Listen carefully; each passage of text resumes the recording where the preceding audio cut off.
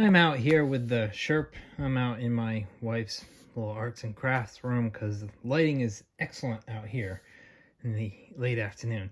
So you've seen the other videos of my Sherp, and so here's the Sherp again, and something's missing, right? Yeah, the wheels. So if you have serial number 15 and up, you are able to get inside of your Sherp. There are 4 screws, and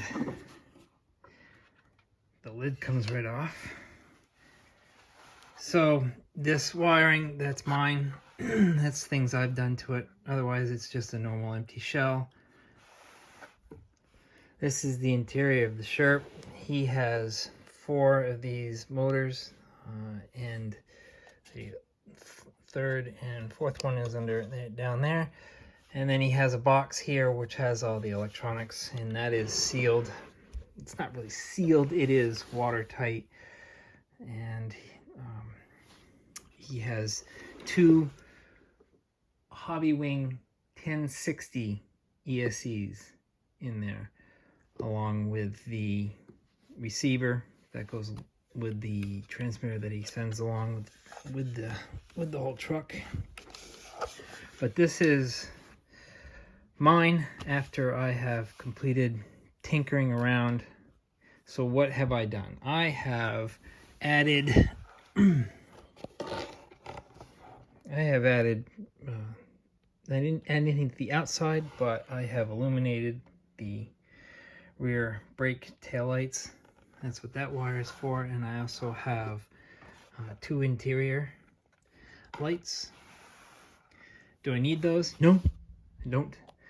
But I have a little board here that allows me to turn on and off the lights that are plugged into it. So you plug in two powers here, and this goes into the receiver. And so with channel 5, I believe it is, I can turn these on and off. So what I found was that the little tiny 3mm red LEDs would burn out, but they don't burn out if I use this kit because it's illuminating all 4 lights, and that keeps the red ones from burning out. So I'm going to leave that. And then the other thing I plugged in is this one, and this one runs out to the front. And on the front I have 4 it would just be, spotlights that would be on a normal crawler rig. And so I have those on the sides.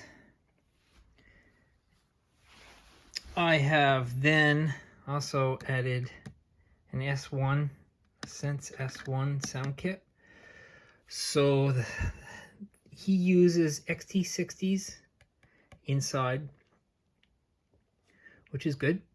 And so I unplugged those, made a plug for this, so this goes in between. So this is running off of the same power source as everything else. So when I turn it all on,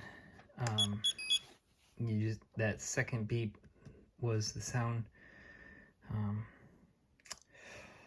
So that's that. Anyhow, so everything's all set up. I was going to add a separate battery to run the ESC and the lights. I mean, that S1 and the lights, but I decided against it. Just to keep everything nice and simple, because when I close this back up, I'd like to keep it closed the way it's designed. And I also then added my driver. This is Fletch. So Fletch is my driver. And everything does fit back on.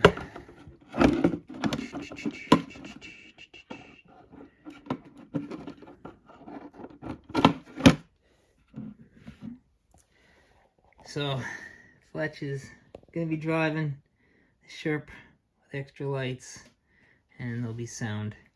And the reason why the wheels are not on right now is because I needed to get underneath to be able to get the light screwed on, and then you can also see the screw hole right there for attaching the body back to it. So last thing I gotta do is I need to put the silicone caulking